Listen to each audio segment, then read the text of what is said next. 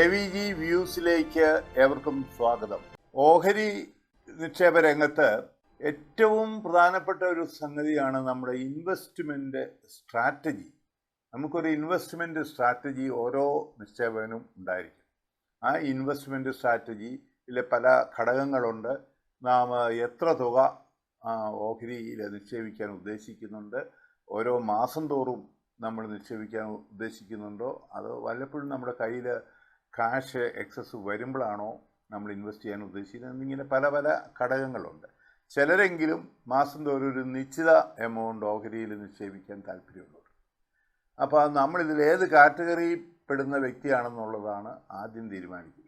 ചിലരിൽ സാമ്പത്തികമായിട്ട് വലിയ തുകയൊന്നും മുടക്കാനില്ലാത്തവരുണ്ട്. ഒരു മാസം അല്ലെങ്കിൽ വല്ലപ്പോഴും കുറച്ച് ഷെയർസ് മാത്രം മേടിക്കാനുള്ളത്. അപ്പോൾ അതനുസരിച്ചിട്ടുള്ള സ്ട്രാറ്റജി നമ്മൾ ഓരോ ഷെയർ, ഉദാഹരണത്തിന് പറഞ്ഞാൽ ഇപ്പോൾ ഇൻഫോസിസിൻ്റെ ഒരു ഷെയർ, TCSൻ്റെ ഒരു ഷെയർ, അല്ലെങ്കിൽ റിലയൻസിൻ്റെ ഒരു ഷെയർ, അങ്ങനെ ഓരോ ഷെയർ വെച്ച് മേടിക്കാം നമുക്കിപ്പോൾ. അപ്പോൾ വലിയൊരു തുക നമുക്ക് ഒരുമിച്ച് മുടക്കേണ്ടി വരുന്നില്ല. അപ്പോൾ അങ്ങനെയുള്ള ഒരു സ്ട്രാറ്റജി നമുക്കെടുക്കാം നമ്മളുടെ ധനസ്ഥിതി അനുസരിച്ച്.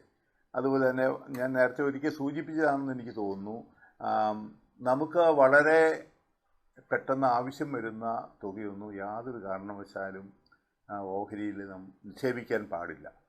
അതിന് കാരണം എന്താണെന്ന് ചോദിച്ചാൽ, ഓഹരിയിൽ നമ്മൾ മുടക്കിയ പൈസ ചിലപ്പോൾ ഓഹരി വിപണി കുറച്ച് താഴേക്ക് പോയിക്കൊണ്ടിരിക്കുമായിരിക്കും. ആ സമയത്ത് നമുക്ക് വിറ്റാൽ നഷ്ടമല്ലേ വരിക. അപ്പം ഓഹരി വിപണിയുടെ പൊസിഷനും കൂടെ നോക്കിയിട്ടേ നമുക്ക് നമ്മുടെ കയ്യിലുള്ള ഓഹരികൾ വിറ്റ് പണമാക്കാൻ പറ്റും. ഓഹരികൾ എപ്പോൾ വിറ്റാലും നമുക്ക് കാശ് ലഭിക്കും, പക്ഷേ നഷ്ടം കൂടാതെ നമുക്ക് ലാഭത്തിലേക്ക് അത് മാറ്റണമെന്നുണ്ടെങ്കിൽ ചിലപ്പോൾ കാത്തിരിപ്പ് വേണ്ടി വരും. അപ്പോൾ ഓഹരി വിപണിയിലെ കാത്തിരിപ്പിന് ഉള്ള ഒരു ക്ഷമ ഓരോ ഓഹരി വിപണിയിൽ നിക്ഷേപിക്കുന്ന വ്യക്തികൾക്കും ഉണ്ടാകണം. വളരെ കാത്തിരുന്ന് നമുക്കനുകൂലമായി വരുന്ന സാഹചര്യങ്ങളെ നമ്മൾ മനസ്സിലാക്കി വേണം ഓഹരി വിപണി പ്രവർത്തിക്കാൻ. ഉദാഹരണത്തിന് ഞാൻ നേരത്തെ ഒരിക്കൽ സൂചിപ്പിച്ച പോലെ ഓഹരി എപ്പോഴാണ് വിൽക്കേണ്ടത്, ഓഹരി എപ്പോഴാണ് വാങ്ങേണ്ടത്. അപ്പോൾ ഓരോ താഴ്ചയും ഓരോ ഉയർച്ചയും അവസരങ്ങളാണെന്ന് ഞാൻ പറഞ്ഞു. അതുപോലെ തന്നെ നമുക്ക് ഓഹരി വിപണിയുടെ വിവിധ വശങ്ങളിലേക്ക് നമ്മൾ ഇതുവരെ കടന്നു പോയിട്ടില്ല. ഓരോ ദിവസവും ഓഹരി വിപണിയിൽ വാങ്ങൽ വിൽപ്പന നടത്തുന്ന വ്യക്തികളുണ്ട്. ഡെയിലി ട്രേഡിംഗ് എന്നാണ് നമ്മളതിന് പറയുന്നത്. കാലത്ത് ഓഹരി വിപണി ഓപ്പൺ ചെയ്യുന്ന സമയത്ത് നമുക്ക് റേറ്റ് മുൻകൂട്ടി ഇടാം. റേറ്റ് മുൻകൂട്ടിയിട്ട് കഴിഞ്ഞ ദിവസം ക്ലോസ് ചെയ്ത് 116 രൂപയ്ക്കാണെങ്കിൽ നമുക്ക് 114 രൂപ മുതൽ നമുക്ക് ഏത് തുകയ്ക്കും മുകളിലേക്കാണ് ഓഹരി വിപണി ഇന്ന് മാറാൻ പോകുന്നതെന്ന് നമുക്ക് വിശ്വാസമുണ്ട്. 116 പകരം 117 ഇട്ട് വെക്കാം. അങ്ങനെ മാർക്കറ്റ് ഓപ്പൺ ചെയ്യുന്ന സമയത്ത് നമുക്ക് നമ്മൾ വിചാരിച്ചതുപോലെയാണ് മാർക്കറ്റ് മൂവ് ചെയ്തതെങ്കിൽ നമുക്കത് കിട്ടും. 116 നമ്മൾ ബൈ ഓർഡർ കൊടുത്തതിന് ശേഷം മാർക്കറ്റ് ഓപ്പൺ ചെയ്തപ്പോൾ 114 ഓപ്പൺ ചെയ്തെങ്കിൽ നമുക്ക് 2 രൂപ നഷ്ടം വരും. അത് സംശയമൊന്നുമില്ലാത്ത കാര്യമാണ്. അപ്പോൾ അതുകൊണ്ട് അല്ലെങ്കിൽ ഓപ്പൺ ചെയ്തതിന് ശേഷം നമുക്ക് മേടിക്കാം.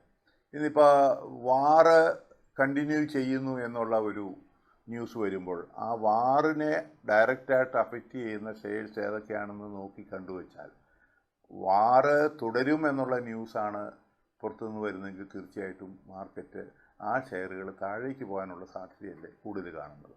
അതുകൊണ്ട് നമുക്ക് ലോക വിപണിയിൽ അല്ലെങ്കിൽ ലോകത്ത് നടക്കുന്ന സംഭവ വികാസങ്ങളും കൂടെ കൂട്ടിച്ചേർത്ത് അതുമായിട്ട് ബന്ധപ്പെട്ട ഓഹരികളിൽ നമുക്ക് ഡെയിലി ട്രേഡ് നടത്താം.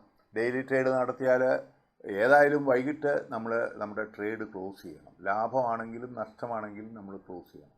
ഒരു പക്ഷേ നമ്മൾ മേടിച്ച ഷെയർ 112 മേടിച്ച ഷെയർ 116 പോയാൽ നമ്മൾ 100 ഷെയർ മേടിച്ചിട്ട് നമുക്ക് 400 രൂപ ലാഭം അതിനകത്ത് നിന്ന് കിട്ടും. അങ്ങനെ ഡെയിലി ട്രേഡ് ചെയ്യുന്ന ധാരാളം ആൾക്കാർ ഓഹരി വിപണിയിലുണ്ട്. ഒരു നല്ല ഇൻവെസ്റ്റർ എന്നുള്ള ക്ഷമയും ഒക്കെ ഉണ്ടെങ്കിൽ നമുക്ക് ഡെയിലി ട്രേഡല്ല കൂടുതൽ അഭികാമ്യം എന്ന അഭിപ്രായക്കാരനാണ് ഞാൻ. പക്ഷേ ചെറുപ്പക്കാരൊക്കെ കൂടുതൽ പേരും ഡെയിലി ട്രേഡിലാണ് ഇന്ന് താല്പര്യം കാണിക്കുന്നത്. അപ്പോൾ ഡെയിലി ട്രേഡിന് അതിൻ്റെ റിസ്ക് ഉണ്ട്. ഡെയിലി ഒരു ദിവസം വരുന്ന ഓഹരിയിൽ വരുന്ന വ്യതിയാനങ്ങൾ നമ്മൾ കൃത്യമായി കാണണം. അങ്ങനെയൊക്കെയുള്ള പല ആസ്പെക്റ്റ് അതുമായിട്ട് ബന്ധപ്പെട്ടുണ്ട്. കൂടുതൽ ഡീറ്റെയിൽസിലേക്ക് ഞാൻ അതിലേക്ക് പോകുന്നില്ല. കാരണം വേറെ പ്രധാനപ്പെട്ട 2-3 കാര്യങ്ങൾ കൂടി പറയാനുള്ളത് കൊണ്ടാണ്. ഒന്ന്, നമ്മളൊരു സിസ്റ്റമാറ്റിക് ഇൻവെസ്റ്റ്മെൻറ്റ് പ്ലാൻ, നമുക്കറിയാം SIP എന്ന് പറഞ്ഞ നിലവിലുണ്ട്. പല മ്യൂച്വൽ ഫണ്ടുകളും SIP നടത്തുന്നുണ്ട്.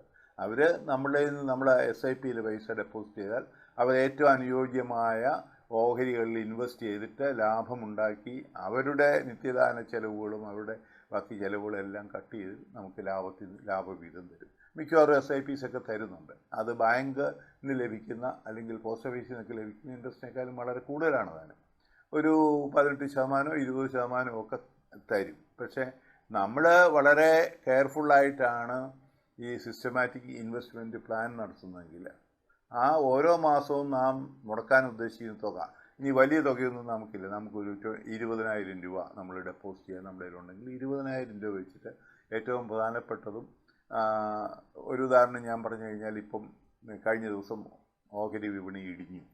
അപ്പോൾ 1, 2, 3, 4, 5 തീയതികളിലാണ് പലരും ഇൻവെസ്റ്റ് ചെയ്യാൻ ഉദ്ദേശിക്കുന്നത്. ആ സമയത്ത് ഇതുപോലെ മാർക്കറ്റിൽ ഒരു ഇടിവ് സംഭവിച്ചാൽ നമുക്ക് തീർച്ചയായിട്ടും ആ ഇടിഞ്ഞ ഓഹരികളുടെ നിലവാരമൊക്കെ നോക്കിയിട്ട് നമുക്ക് ഒരു 25,000 രൂപയ്ക്ക് വരുന്ന ഓഹരികൾ വാങ്ങാം നമുക്ക്. അതുപോലെ തന്നെ മാർക്കറ്റ് നമ്മൾ വാങ്ങിയ ഓഹരികൾ, ഓരോ മാസവും വാങ്ങിയ ഓഹരികളുടെ ആവറേജ് റേറ്റ് കൂട്ടുമ്പോൾ നമുക്കൊരു 20% റിട്ടേൺ വന്നിട്ടുണ്ടെങ്കിൽ നമുക്ക് ഏറ്റവും ഉയർന്ന നിലങ്ങളിൽ കൊടുക്കുവാൻ സാധിക്കും.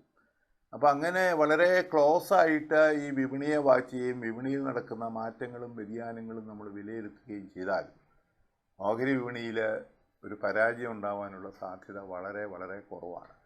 പക്ഷേ ഡെയിലി ട്രേഡിൽ മാറ്റങ്ങൾ, അതിൽ നമുക്ക് വളരെയധികം റിസ്ക് ഉള്ളത് കൊണ്ട് തന്നെ ചിലപ്പോൾ പെട്ടെന്ന് റിട്ടേണും കിട്ടും. നമ്മൾ രാവിലെ വാങ്ങിയ ഷെയർ ഒരു 10 രൂപ കയറിയിട്ടുണ്ടെങ്കിൽ ഒരു 1000 ഷെയർ മേടിച്ചിട്ടുണ്ടെങ്കിൽ നമുക്ക് 10,000 രൂപ കിട്ടും വൈകുന്നേരം.